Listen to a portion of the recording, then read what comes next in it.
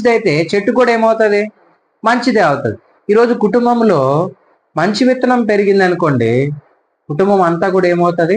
మంచిగా పెరుగుతుంది. నువ్వు చెడ్డ విత్తనము నాటావనుకో, నీలో కూడా నీ కుటుంబంలో ఎలాంటి విత్తనం పెరుగుతుంది? ఆ కొమ్మల పైన అందులో నుంచి ఎలాంటివి వస్తాయి? చెడ్డ విత్తనాలే వస్తాయి. ఇక్కడ ఏంటంటే మంచి విత్తనము చెడ్డ విత్తనము ఏంటంటే, చూడండి, నువ్వు నాటే ఆత్మ సంబంధమైనది, అది ఆత్మ సంబంధమైనదిగా ఉండాలి. అది భౌతికమైనదిగా ఉండకూడదు. అది ఆత్మ సంబంధమైనదిగా ఉన్నిందనుకో, అందులో నుంచి ఏమొస్తాయి? ఆత్మ ఫలములు వస్తాయి. హల్లెలూయా. అందులో నుంచి మంచి ఫలములు నువ్వు చూడగలుగుతావు నీ జీవితంలో. నువ్వు అదే విధముగా ఒకసారి జ్ఞాపకం, చెడ్డ విత్తనము చూడండి, ఒకవేళ నాటావనుకో, అందులో నువ్వు ఏం ఆశిస్తావు? ఒకవేళ మంచి ఫలం ఆశించగలుగుతావా? రాదు. ఎందుకనంటే ఇప్పుడు చూడండి, గోధుమ విత్తనం వేసామనుకో, గోధుమలే వస్తాయి. వరేస్తే వరే వస్తుంది. ఒకవేళ పల్లేరుకాయలు విత్తనం వేసామనుకో, అప్పుడేమొస్తుంది? గోధుమ వస్తుందా? రాదు. అందులో పల్లేరుకాయలు విత్తనమే వస్తుంది. దాని ద్వారా మనం ఏం చేయగలుగుతాము? దాని ద్వారా మనం పోషణ జరుగుతుందా? అది మనం నడిస్తే మన కాళ్ళకు గుచ్చుకుంటుంది. అదేవిధంగా మనం దాన్ని పట్టుకున్నా కూడా సరే, దానికి ముళ్ళు ఉంటాయి. అయితే అలాంటి జీవితం నుంచే దేవుడు నిన్ను నన్ను ఈరోజు ఏం చేసి ఉన్నాడు? రక్షించి ఉన్నాడు. ఈరోజు నీలో మంచి నేలలో నాటబడిన విత్తనమై, ఆ విత్తనము ఫలించి, ఆ కొమ్మలలో నుంచి ఆ కొమ్మలు ఏమై ఉండాలంటే మంచిగా ఉండి, చూడండి, కొమ్మలు ఏమవ్వాలి? 10 మంది వచ్చి కూర్చుని నీడలాగా ఉండాలి ఆ చెట్టు.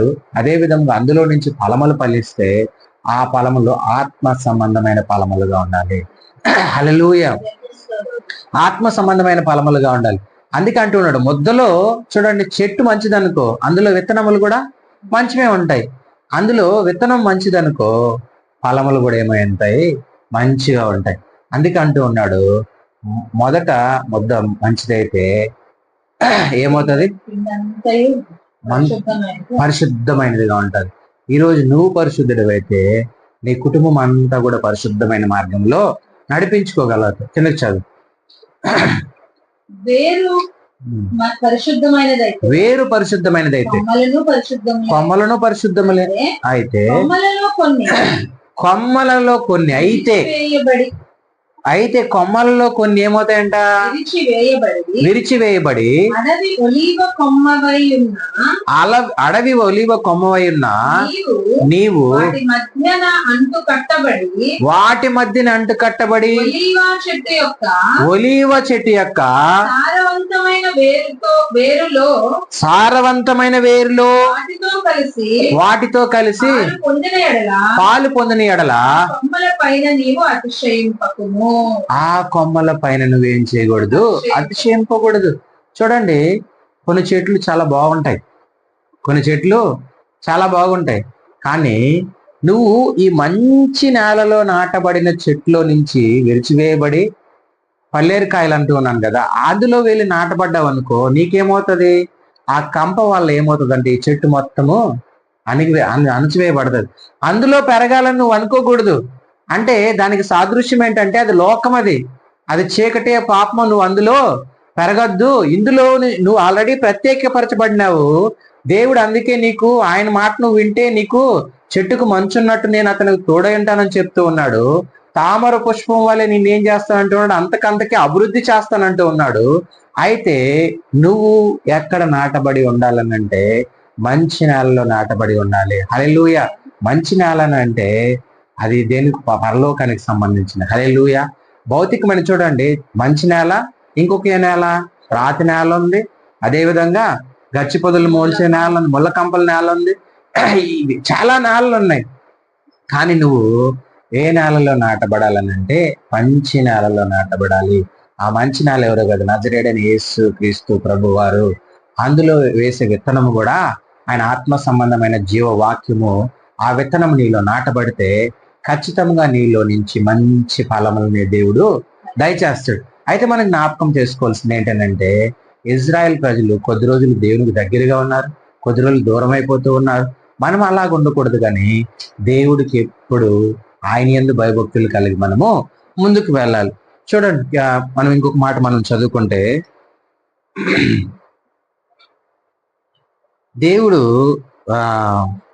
దావీదు సొలొమోను గురించి ఒక ప్రార్థన చేస్తాడు. చూడండి, మొదటి దినవృత్తాంతములు 29వ అధ్యాయము 17 నుంచి 19 వరకు చదువుదాం.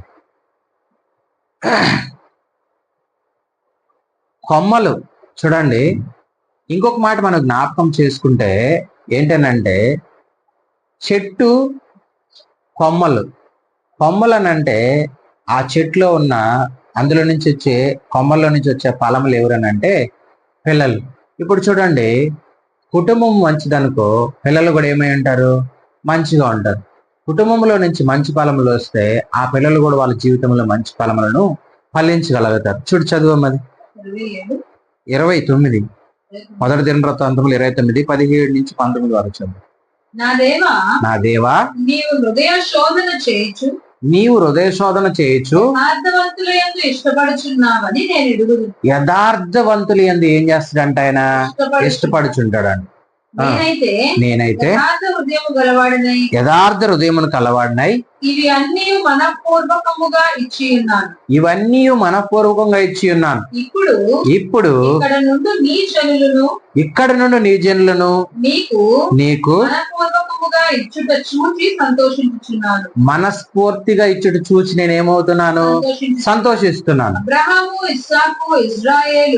అబ్రహాము ఇస్సాకు ఇజ్రాయేలు పితరుల దేవ యెహోవా నీ జనులు హృదయపూర్వకంగా సంకల్పించిన ఈ ఉపదేశమును నిత్యము కాపాడము.